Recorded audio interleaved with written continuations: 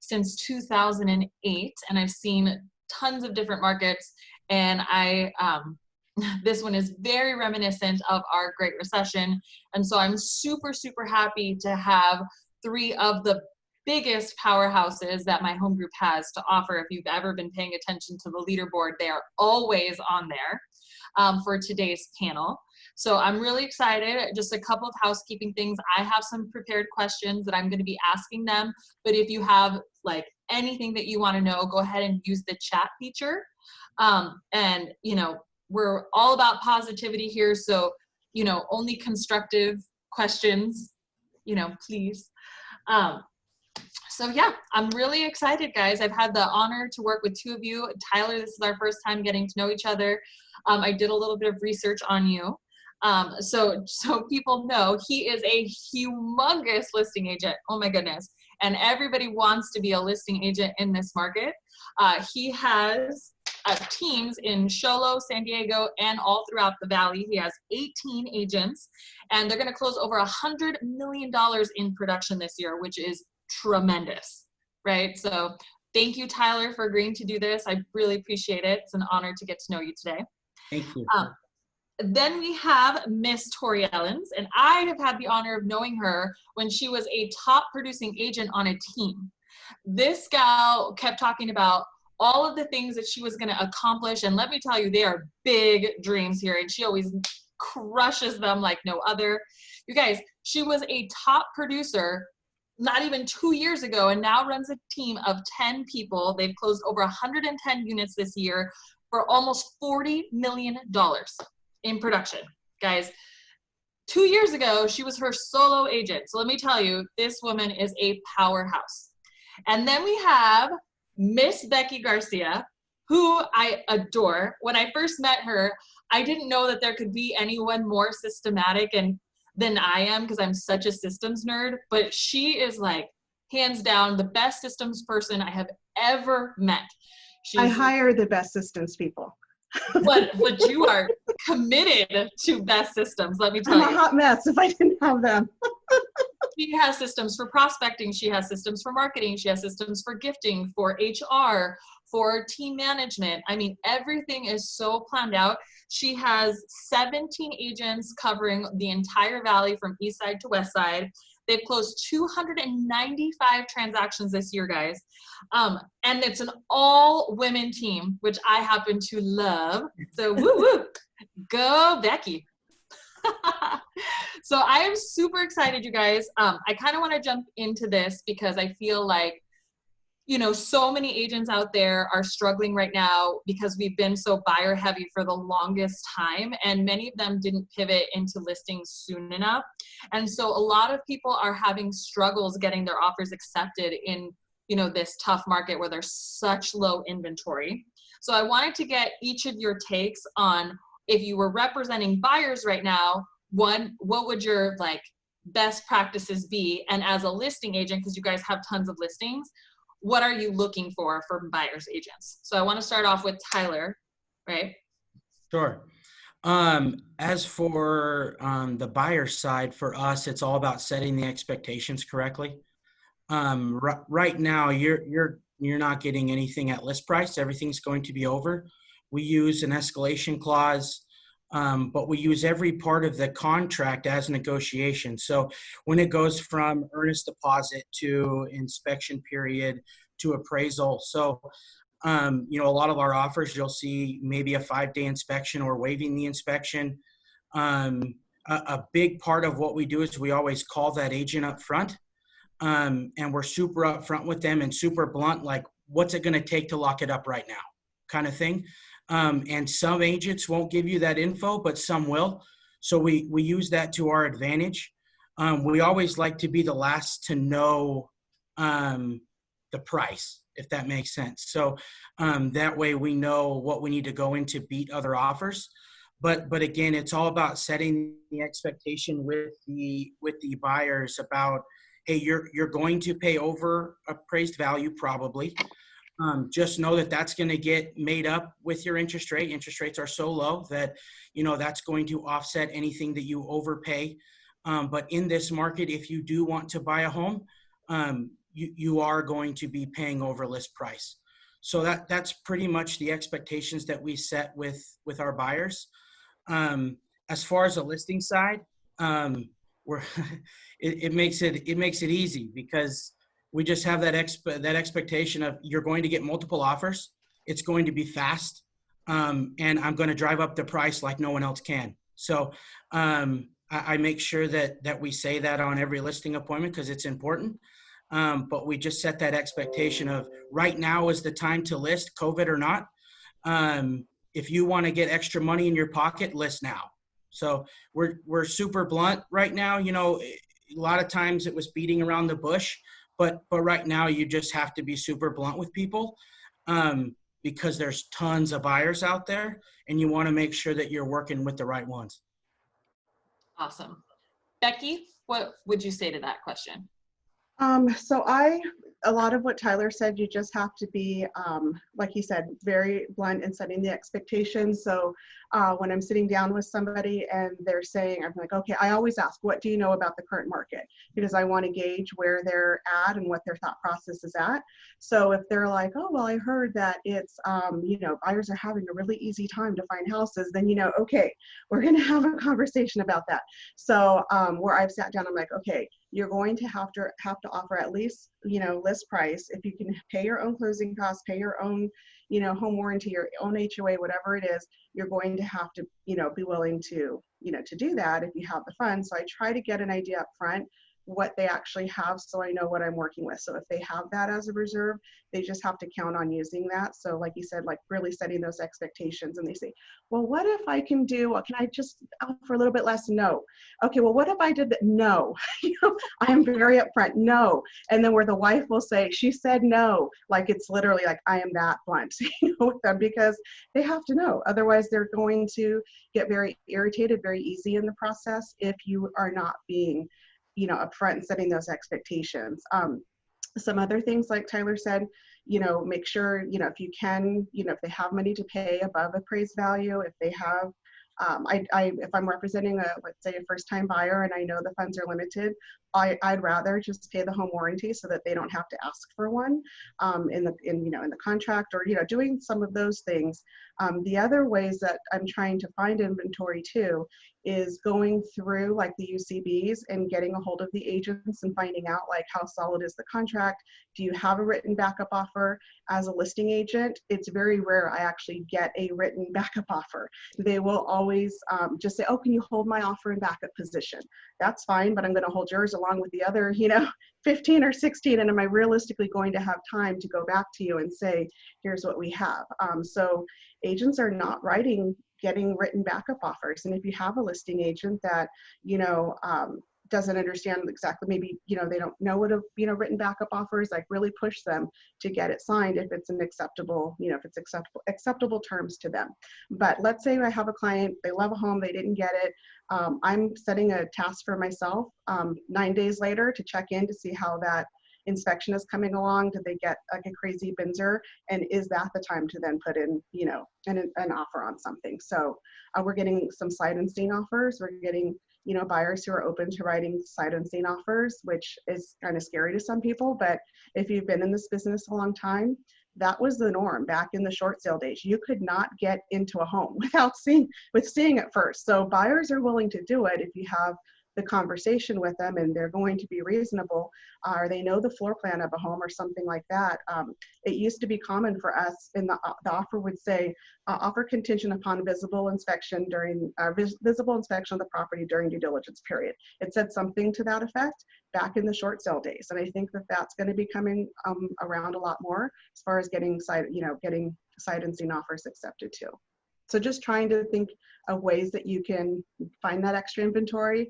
I'll write offers on coming soon properties if I see them. For myself as investments, I see them, I'll write a sight unseen offer. If I know enough about the property, you know, I'll write a sight unseen offer for myself and not make a big deal during the inspection period if I can get it as a coming soon before it even hits the market.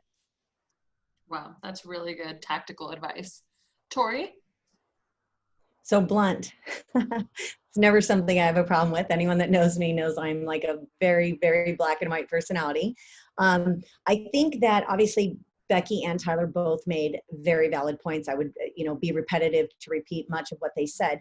But I will tell you that one of the things that in having that discussion with my clients up front, I'm big on quoting data and facts. So, when you're talking about the month and like 28% of properties across the board, not just narrowed down to a price point, sold above list price with multiple offers, right? Nationally, there were 3 offers on every property that sold. You bring that locally, that number is more 78. I try to take data to make myself stand out as the market expert to my client, not just an opinion, because an opinion is nothing without the market data. So first I preface that with the clients of what they're going to expect in the market, what we're going to have to do, and we assess what their ability is. So on top of the escalation clause, sometimes we wrote one yesterday that I believe was underpriced to begin with. So we came in 25 grand above with a 25,000 escalation. But then I protected that with $25,000 appraisal protection. So if it doesn't appraise for that first 25,000, we're paying that cash out of pocket on top of their down payment and everything else. So when you're going up against multiples, even cash offers, that's great. But if you can be as strong as you can on that appraisal protection, and even in the smaller price points, if you're escalating by 5,000 and I'm a listing agent, that means nothing to me if you don't have that 5,000 above that list price to protect it with cash. Otherwise, if it doesn't appraise for that 5,000, my seller's just getting list price. So I try to write as strong as possible upfront escalation clauses plus protection. And then like they said, shorter inspection periods, waiving appraisal contingencies if they have the ability to do so. On the listing side, having a realistic conversation with the sellers. I know that there are still some people very much afraid of people in their home. So finding out what their concern is. I think we make the assumption all too often that we know what they're afraid of. Oh, they want booties and masks. Sometimes that's not it.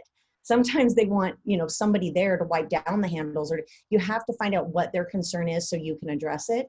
And then setting that expectation for, hey, if we really define out, limited hours because you're comfortable with that, and just know that I'm going to be there or one of my agents is going to be there and we're going to take care of sanitizing everything, and expect multiple offers if we price here, right? Having that discussion up front with data and facts to really educate the client as much as you can and sell yourself apart. And the other thing I'm big on is calling the listing agent. I do not send over an offer without calling them. I get offers on our listings and I'm like, what is this offer? Who is this person? What is the buyer? Who's the agent? How many homes have you sold? Having the education of who that buyer is and who the agent is crucial.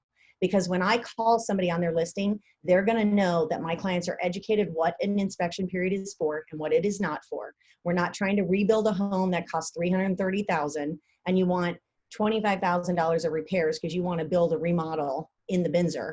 And educating them that I personally do X amount of transactions per year. My team does X amount of transactions per year. This is what you can expect with our offer. This is our buyer. They're fully approved with the local lender. And this, Lizzie, I reach out to the lender and say, can you call them? And getting that call from the lender and a strong pitch on my end. And then if it's through the weekend, I did this weekend, we wrote with multiples and I texted and updated with the agent every day. And we got the offer and we were an FHA against conventionals and many other, strong offers for all purposes. But she said, man, I know that you'll get this to close. And you were the only one that kept bugging me throughout the weekend. So here's what I love, right? So I asked a question that is a hot topic for most agents in it, and you saw that they each had similarities in one, their style with communicating to clients, things that they're willing to do for the offer, but every single one of them had a different point of value that they expressed, right? And I've been on panels a lot where people just regurgitate the same thing over and over again, but one of my favorite things that each of you did was really take the question and bring out something tactically different. And so obviously, as real estate agents, you guys go on a bunch of listing appointments, go on a bunch of buyer's appointments. You all have the same tools per se, but what makes you uniquely different is the value and the emphasis that you put on answering those questions, right? So whether it's data or it's backing it up with confidence or it's like the multiple different systems it's really interesting to get your takes on that. So I appreciate that. We did have some questions in the chat that are follow-ups to this. So it said, and Becky, can you answer this one? So how do you best negotiate a price where you know that you're paying over appraised value? That's negotiated price when you're paying, well, first you have to find out whether or not the buyer has the funds. Is that what you're asking about? So they want to know, like, how do you know that the appraisal isn't going to come in, right? And you've already bid way over. Okay, so the first thing is to make sure, I'm going to talk as a buyer's agent, not so much as a listing agent, but as a buyer's agent, you just need to make sure that the client knows exactly what's going on and you're giving them the comp. So when it doesn't appraise and there's a possibility that they're out of the earnest deposit and, I'm sorry, not earnest, inspection, you know, an appraisal, that you had that, not only did you have that discussion, but you also recapped it in an email. So they can never come back later and say, you didn't say this, this, or this. But I think going to the listing agent and, like Tori said, talking to them and saying, hey, you know, here, you know, like, let's say, you know, if it is, how negotiable is the seller going to be if in fact it doesn't appraise? But I truly try to only do that if I know the agents are going, I'm sorry, the buyer is going to have the funds in order to pay the difference. So, I mean, I pull the comps.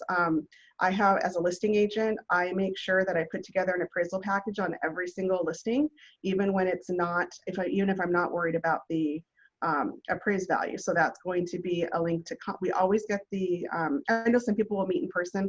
Obviously right now, that's not anything I'm doing as far as meeting in person, but I will get their email. I will send them history on the neighborhood, you know, how many houses are in the neighborhood versus how many are for sale versus what the turnover rate is versus like how much it's gone up, you know, month over month.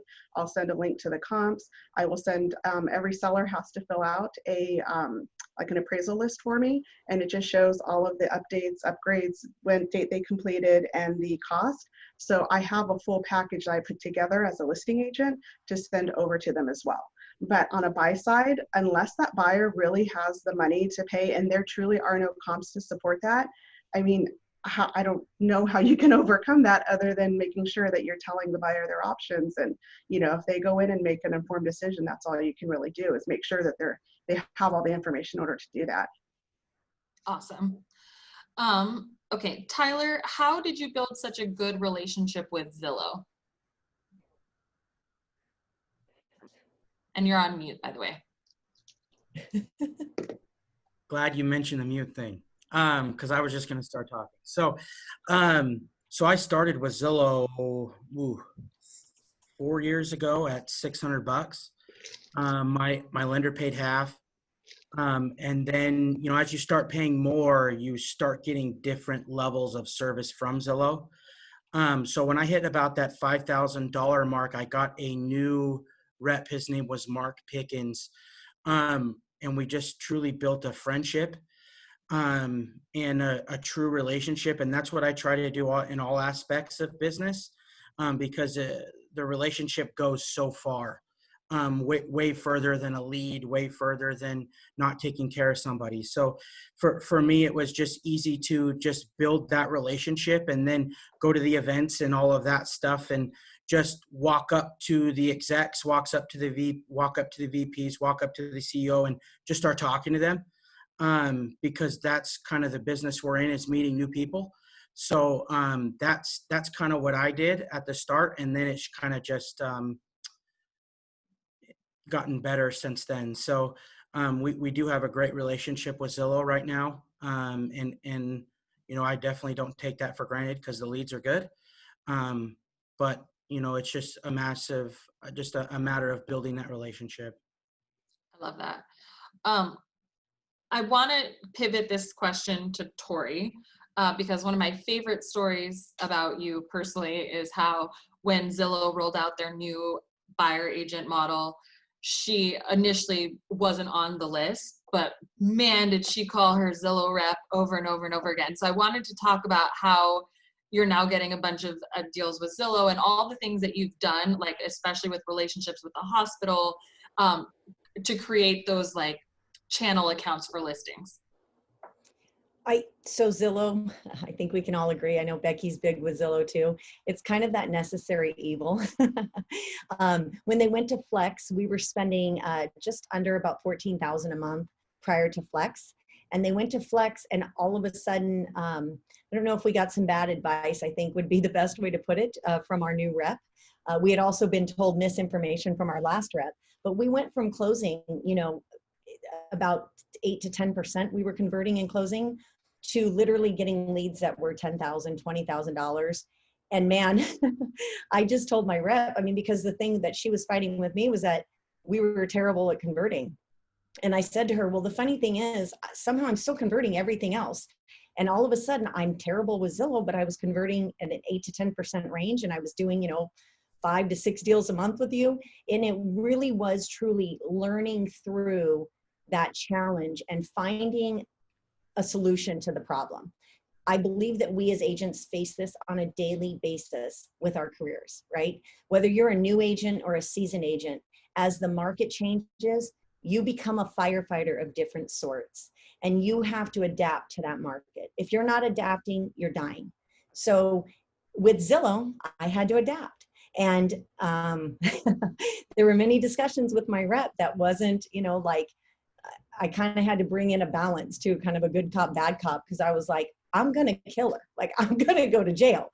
And then it was truly on that face, just working through those challenges and listening to what they were telling me, which is really fun to have somebody who's never sold anything in their life tell you how to sell a house when you're not on any other aspects having that challenge, but listening to what they were saying and then adapting and giving a solution, right? And showing them through constant just proof that we can do this. We can adapt to your model. And I guess, like I said, the biggest learning lesson with any of those type of situations is truly, we face this on a daily basis. You and your clients and everything you go through for them, you're facing challenges on a daily basis. How are you going to be the answer for them?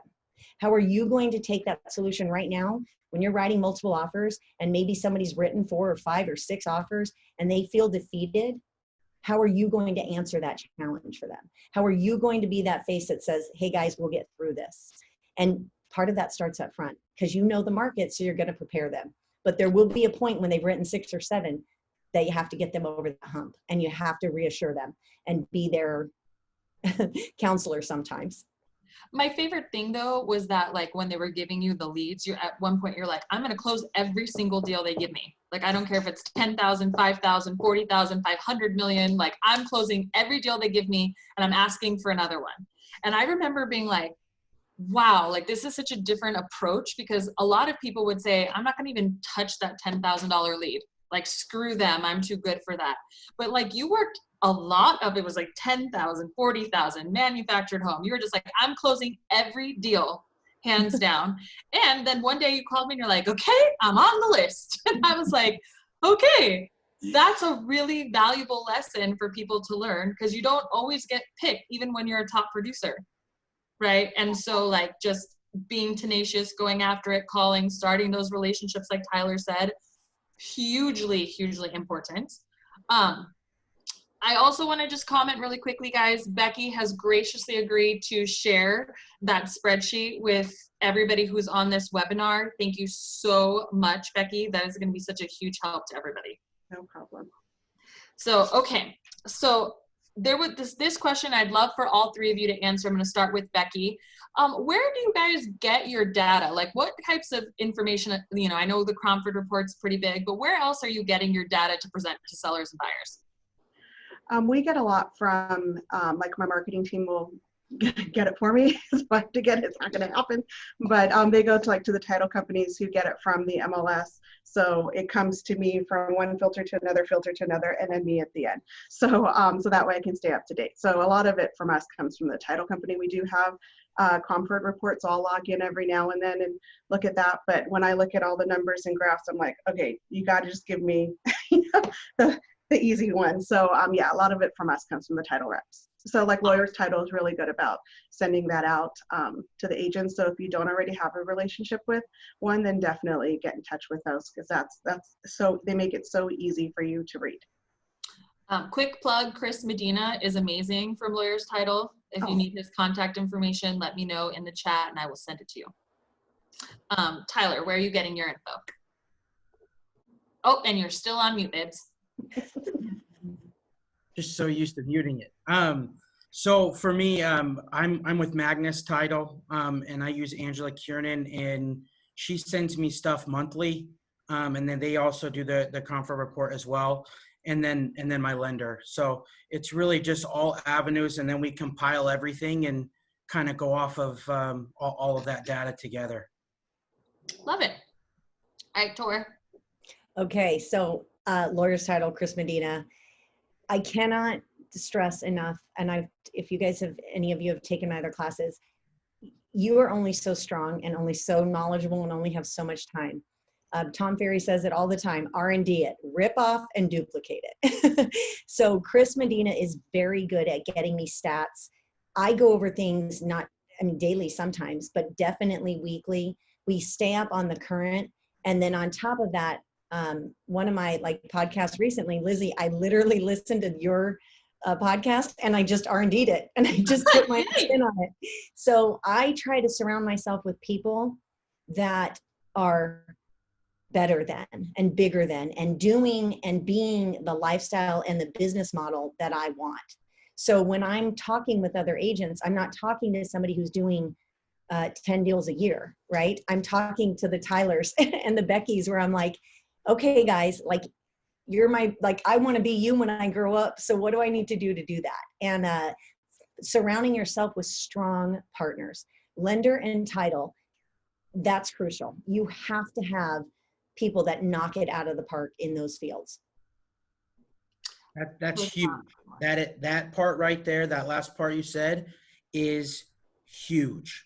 Title and lender can be a game changer for you. You just got to make sure you have the right people on board with your team.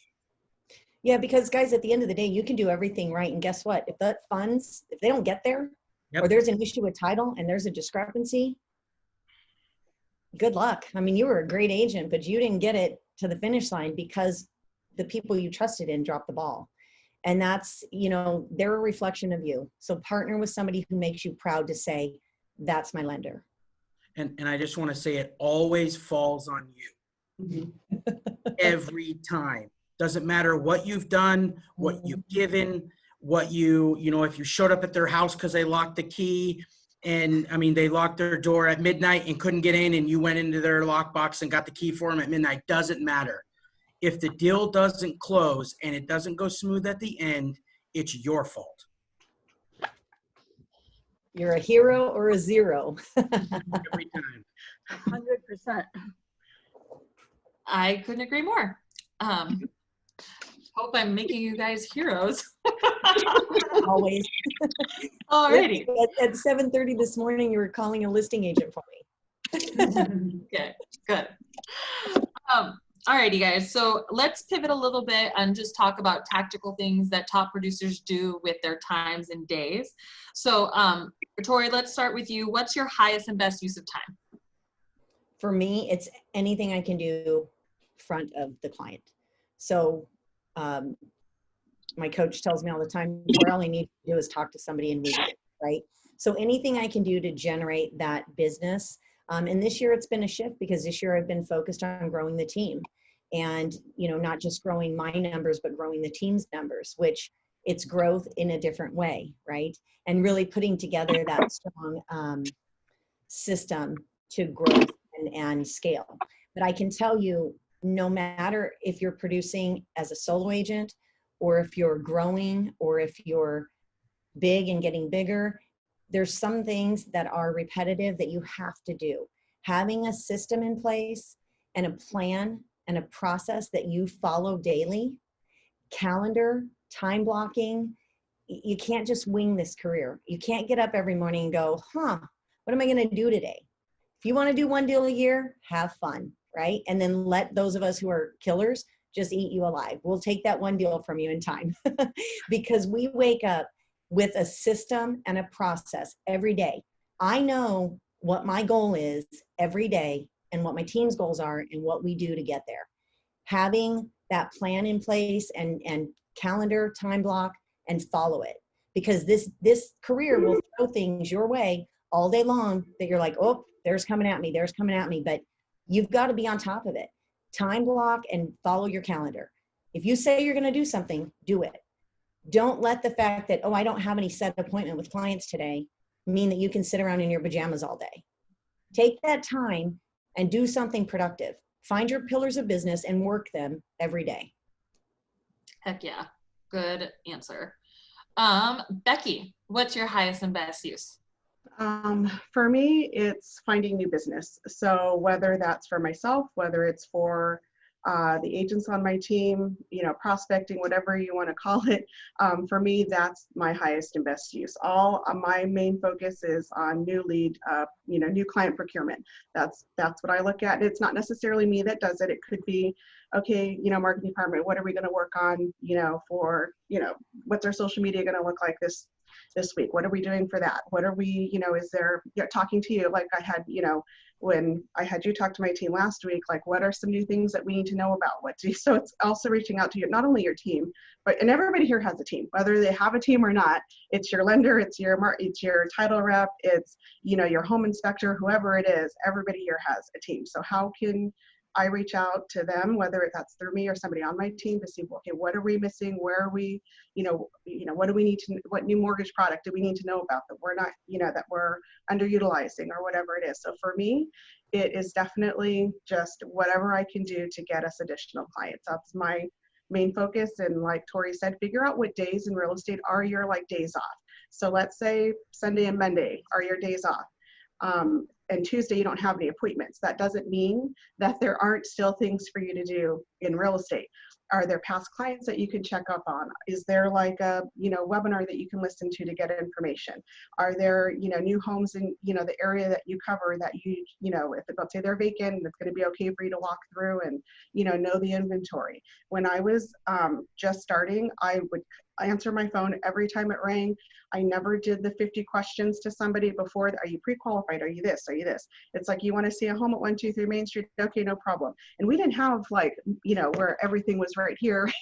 We could just look it up. We didn't know if the home was available or not until you got back at your desk and you put in the information and you're like, oh shoot, it's under contract. Well, I'm going to meet them there anyways. And I'm also going to have 2 or 3 other homes for me to show them, when I go out there. So there was not the, oh, that home's already under contract. We didn't do that. There was not an option. So, and I always got you're the only agent who would come out and show me without asking me, giving me the 10th degree. So, I mean, just there's always something for you to do. And by me going out and looking at those homes all the time, I knew the inventory. To this day. I know the inventory, in my opinion, better than anybody else. I can look at a house. I know exactly what that layout is. Somebody can call me. They can say, oh, what's the square footage? Okay, I know what that model is. Oh, it's you walk in, your kitchen's here, your living room's here, bedroom's here. Yeah, that's it. Okay, great. I knew the inventory, still know the inventory. So there's never a day that there isn't something for you to do. Going out and touring new homes, if there's, if any are open right now without appointments, what is it that you can do on a daily basis to learn the inventory and move it forward? Because when 2 days later that call comes in and they're like, oh, I'm looking for, 3-bedroom, 2-bath, this. I'm like, oh, I know exactly where we should go. So are you available at 3 o'clock? And I would take them. And that's how it just made the process for me very simple. There was never days off, outside of your scheduled days off. There's always something for you to do. So for me, that was just, for me today, it's just constantly, finding new clients. And I can attest to that personally. So one time I was super blown away because you were the listing agent on a transaction and the appraiser had come back and said something about a square footage and question, and you responded back within 5 minutes that there were certain properties in the neighborhood that had this bonus room.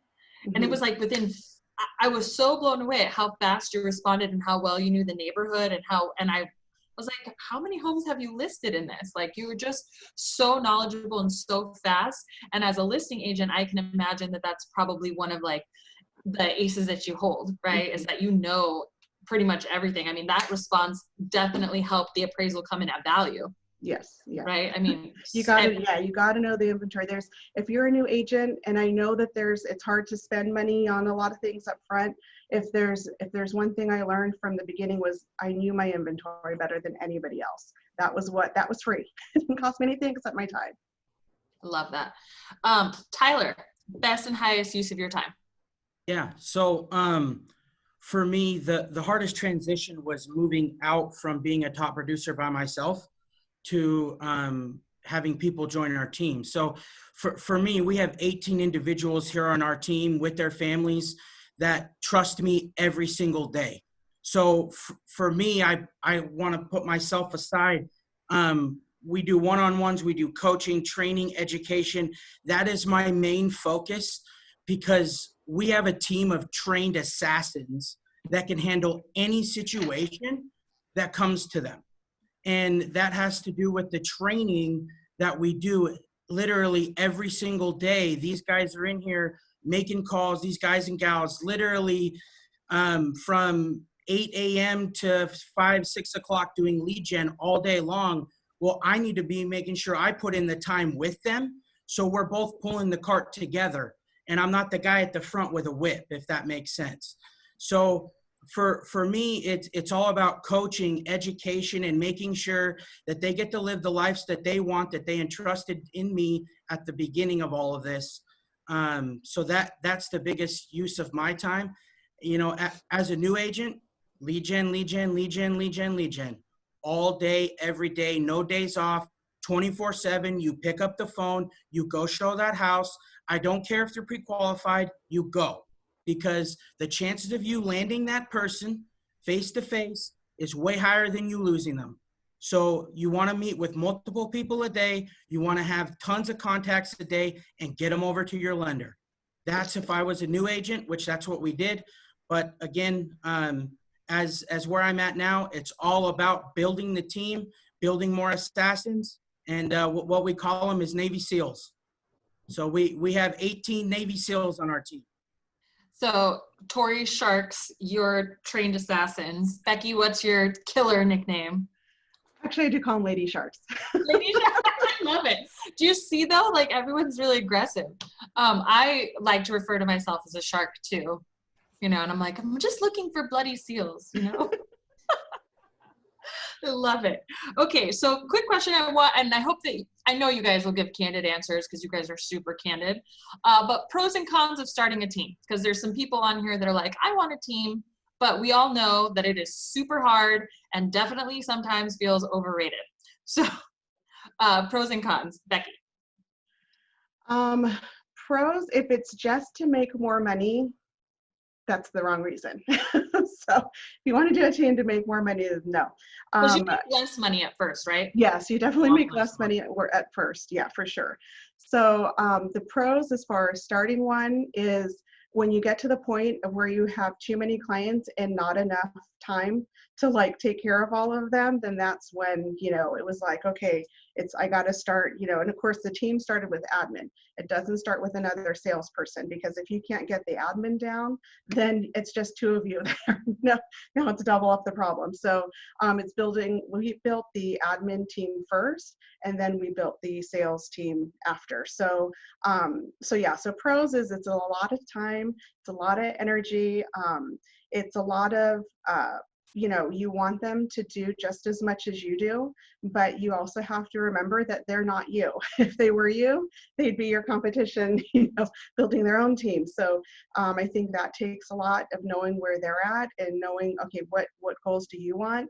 And then how can I help you get there? I just knew I had a duplicatable process if I built the right systems in place, and it didn't have to just be, you know, me making a living and, you know, making money and having a career. How can I duplicate this so that other people can do the same thing just on whatever level they want to do? So, I mean, we have it to where who's on the team now are all, like if somebody comes to me and says, oh, I want to do one deal a month, like that's not somebody who's a good fit on my team. It just doesn't make sense. All of ours want to pretty much do at least 25, even as a new agent, at least 25 sales a year. Some of them are already in the 30 deals a year, already done for halfway through the year. So some of them, they're on ours. You just have to surround yourself with the right people, have the right goals that work for them. It's not like, I want you to do this. No, you tell me what you want to do, and then we'll figure out how to help you get there. So I think you have to be wanting to help a lot of people, and you have to just be willing to give up your time. There's so much time that's given up running a team, and making sure that you're not taking any shortcuts with them, because it can't just be about, oh, here's leads. Like, that's the least of the issue. I mean, the leads is the least problem. You want to make sure you build a strong culture. You have the right people there. It's a value to them, not just here's the leads, but, it's, having the right transaction coordinators, having the right staff, all of that. But then also, like, it's the little things, like, how do we help you celebrate, your birthdays, your anniversaries, your special dates? What can we make sure that, we can provide you for your clients to make it a 5-star experience for the clients? It's so much that's involved. So the pros being not doing this business alone, which can be a very lonely business when you're by yourself. So you have a lot of people around you. The cons is a lot of time, a lot of money, and a lot of learning along the way. God, yes. Tori. So I would say that as a team, number one for me, culture is huge. We're very much like a family as we grow this, and I want us to have that culture that we're all there for each other. And systems and processes, that's mandatory as starting a team. I think that if you're starting a team, like Becky said, don't do it because you think, man, I'm going to hire these agents and I'm never going to work and I'm just going to make all this money, and you fail. That's honestly, that's the same thing as going after real estate and saying, I'm going to do real estate because I can make a lot of money and work part-time. And you fail, right? This career, as much as we put into our clients, this is a 7-day a week, 24 hours a day, it feels like sometimes. You're giving your clients as team leads, the ones, like I would say all three of us, we'd probably say the same things. We're doing this because we want to see our agents succeed at the level that they're committed to. And massively, it's the opposite. Again, if you think you're going to make money, I carried my team, and we're 2.5 years into this team, and I'm still carrying, a lot of the team. We're getting to the point where that's changing, but I'm not here. I didn't start this because I was wanting to make a lot of money. I started this because I genuinely love putting in and seeing people succeed. And so we all wake up with the same 24-hour time block. What I do with my 24 hours is crucial because I only have 24, just like my agents do. But I've got to fit in my clients, growing the team, growing my agents, helping my agents. And I tell them that, like, I'm going to give you some of that 24 hours, but make sure you really want it, right? Like, make sure that that's what you're going to utilize. If you ask me, how can I grow my business? And I tell you, and you don't follow the steps, then you're not serious. Don't waste my time. But I think that starts too when you're talking to teams and finding that first culture of, like, this is what you can expect on our team.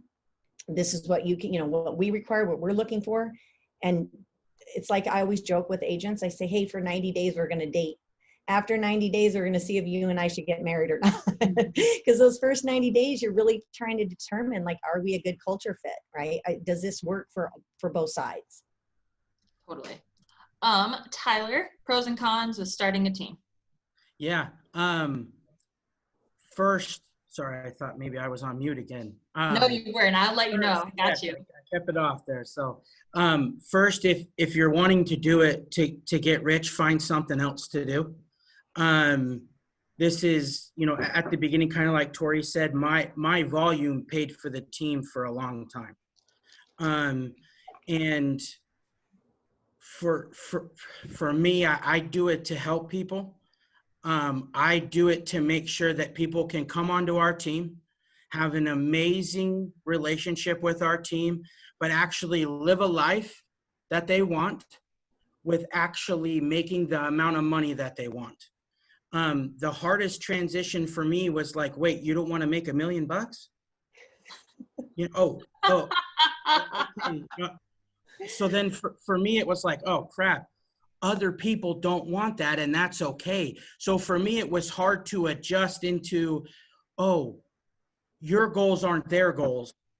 So make their goals fit into your goals, if that makes sense. Mm-hmm. So for me, that's why we're growing our team, is to make sure that every agent on our team has an opportunity later down the road if they don't want to buy and sell for the rest of their lives. You know, and that's the biggest thing. If you want to have a small team, don't do a team, because you're doing a disservice to those agents, in my opinion, because you're not giving them more opportunity.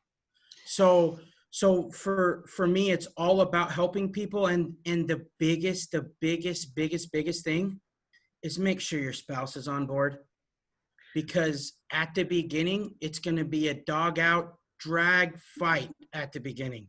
And my wife and I got in fights. We did. I missed the whole first year of my son's life because I was building the team. I missed half of a year of my daughter's life, you know, and that's the sacrifices that you make for the greater good. So my wife is having a baby in a few weeks, and I will not miss a day of this child's life. So, but I've just built it now at a point to where I'm able to do that. And I'm thankful that we have those trained assassins, you know, to be able to get my back when I need help, just like I get their back when they need help, if that makes sense. So for me, if your heart's not in the right place, don't do it. Just go slay it as a top producer, make as much money as you want, and live your life. But if you want to help people, and you really, the money needs to be secondary. If the money is secondary, then go build a team and help people, because there's 80,000 agents at the Valley. Well, 79,000 of them need your help. So that's the big thing is make sure that you can build it big enough to make sure that they can fit into your goals, okay? But also that they can hit their goals and dreams along the way. But don't do it for the money. Yeah, and you have to really like the people that you're working with. Like, if anybody knows, like me or my team, like they truly enjoy hanging out with each other and doing things after. And that's one of the things I look at when I'm interviewing somebody. Is this somebody that I would want to hang out with after hours and outside of work? And if it's not, then there's no reason to have them here, because a lot of it is built around culture. I think that's pretty much going to be the same for Tori and Tyler. We all have a culture first mentality when it comes to building a team. I love all that. One thing that I will say though is that there's a variety of ways of starting a team, and you don't have to have a team that involves having other agents. A team could literally just be admin people that help support you. Because on the lending side, it's slightly different, but that's how I built my team personally, is just a bunch of admins that help me, because I have never been super successful at coaching other loan officers and salespeople. So for me, I've been much better hiring employees to help me. And that's another way of growing a team. But I definitely will say that more money, more problems. Okay. That's for real. Okay. So there is one question here, and I wanted to end our panel with this because I think it's so interesting, and I really, really, really want your takes on this. And I love how candid all of you guys are. So we had a gal in the group message that says that she has recently done a couple of off-market deals. They basically dropped in her lap though, and she represented both the buyer and seller. And she wants to know, is it unrealistic to focus on replicating this, right? So that she could have 5 deals every month. Now, as a business coach, personally, I get this question a lot. And my thing is always like, if it's supplemental to your business, you can't count on it. Don't even focus on it, right? But I mean, there is something to be said too with the fact that she's done this a couple of times, and I just really want your take on it, because I think this is a lot of the reason, one, why people jump into real estate. And anyway, I just want your take on it. So Tyler. Yeah, if you can create a system around it to where you're not having to spend a lot of time on it, then yeah, go for it. I mean, how will you know to when you need to make a system, right? Like, what metrics would you look at? Yeah, probably when you're doing a couple of them for like probably 6 months. Okay. You know, you want to just don't do, oh, I had 3 this 1 month. Well, what'd you do over the next 5 months? Because that's how you really should look at those metrics. So if you can create a system around it and you feel like you want that to be a pillar of your business, you know, you want to have 4 or 5 pillars of a business, That way, when one pillar is not working, the other 4 are. So figure out what your pillars of business are, whether it's door knocking, cold calling, leads, whatever it is. Figure out what you like to do and do those things, because you're not going to do the things you don't like. If you don't like cold calling, don't make that a pillar of your business. It doesn't have to be. There's plenty of other things to do. So my recommendation would be to figure out a system, if that's what you want as one of your pillars. Figure out a system where you're not spending a lot of time on that, because I wouldn't bank on it. But those are nice. Like, don't get me wrong, it's great. But I would make a system on it. I love that. Tori. So I'm going to answer this a little differently. I think Tyler was dead on. System is everything. If you're winging this career, I hate to tell you this, but your odds of failure are high. If you are going at this career just winging it, you got to get a system, okay? And if you don't know how, that might be a good time to find a business coach or a mentor or join a team where they do. Because yes, pillars of business are huge, but a systematic approach to this career, this is your business, okay? If you guys, any of you came out of where you worked hourly for someone or any other than you were your own boss, this is your business. And if you give 20% and you wonder why it failed, it's because you didn't give 1,000% and put a system behind it. So when you're saying you're winging something and you're doing great, find a way to make that a system, okay?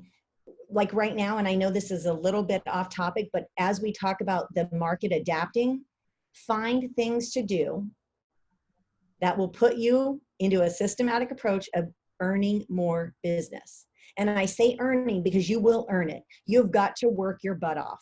If you think that you're gonna, let's say maybe you don't love the dialer, but it's an option for you. You get on that dialer, you're gonna get kicked around and you're gonna like, all right, I've been told no 100 times today, but on this next call, I'm gonna get told yes. And right now, and this was from my title company, right? So just keep this in mind, guys. We're in a market right now where we're low on inventory, okay? 1.78 months supply of inventory. What can you do as an agent to impact that? That it could be a systematic approach. 77% of people actively in forbearance that have missed their mortgage payments have at least 20% equity in their home. Get with whoever you can get with to get that list and get on the dialer and tell those people, I can help you. We are in an inventory shortage. I can sell your home and you've got at least 20% equity, and know the data when you call them. That's taking something and saying, hey, I just fell into a few deals, and saying, no, I'm obviously getting here, right? I can turn this into a system. And what are the things I can do every day to be consistent with this process?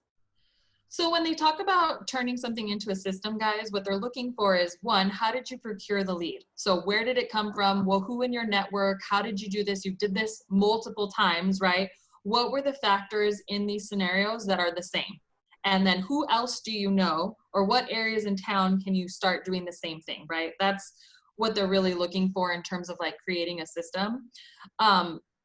So just an FYI on that. And then Sorry. No, well, I was just going to say, coming from someone who owned a real estate company in Tucson years ago, I laugh, Becky, when you say way back when, like, you remember when you'd get out the map book and you're like, okay, this property's here, and you're like township, range, and section finding these properties. Like, yeah, that was us, right? And then carbonless, when everything was on your walls, like all these papers, like that's how long we've been doing this. And you're talking to somebody personally who back then I didn't have a system. Lizzie, I sat in your office in tears, terrified, if you remember, like, Lizzie, oh, like I know I'm there, I know I'm at, where I need to do a team again, but why is this time different? I'll tell you why this time is different, because you were the first to say it and I've been perfecting it since. A system and a process. Because if you are just winging it and things go awry, you don't adapt, that system doesn't carry you through that process. So make sure you really got to nail this, right? Like if you want to be here in 10 years, you've got to have this different approach, not just wing it. Love it. All right, Bex.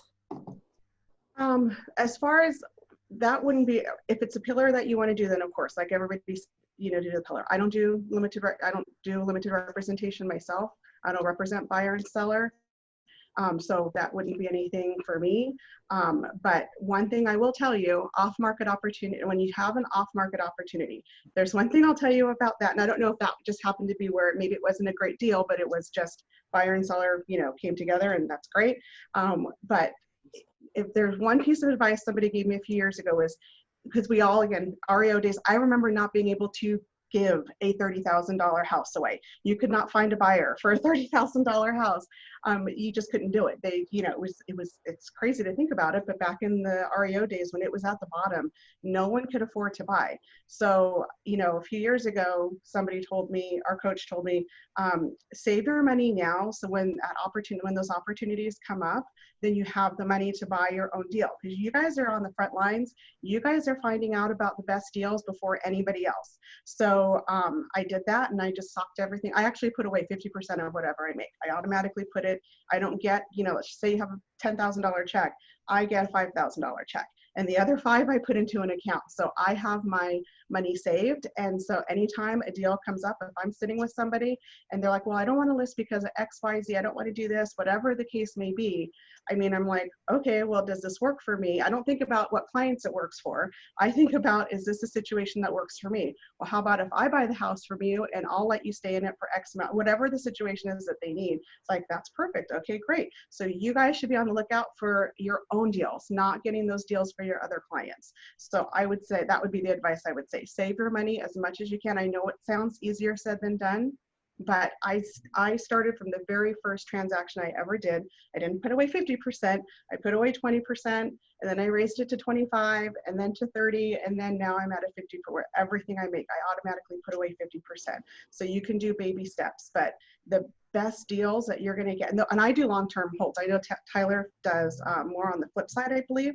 I'm into I do a long-term hold, I do a short loan on it, and I get it paid off in 10 years, and that's going to be my retirement that's set up, is those income properties. So that's what I do. So I want to be in a position where I can buy them now, but if God forbid anything ever happens and the market gets crazy, I'm going to be able to take advantage of those opportunities before anybody else. That is huge, you guys. I hope that I got chills. That was such a good nugget. When I first started in real estate, I had a mentor tell me the exact same thing: save my money, buy my own real estate. And he said that was the biggest mistake that most real estate agents did, is that they didn't own their own real estate. Mm-hmm. And I don't know, the universe just reminded me of that. That is so insane. Thank you so much. Guys, we are just at time. So I did just want to say thank you so much to our panelists. Quite frankly, your cost per hour is in the hundreds, if not thousands. So this was a free training that literally cost them hundreds of dollars. So I just want to say personally, thank you so much for sharing your knowledge, your wisdom, being so super candid, and being a huge inspiration to everybody that is on this call. We thank you so, so, so much. Thank you. You're welcome. Thank you guys so much. Awesome, guys. Have a good week, guys. Go crush it. Go crush it.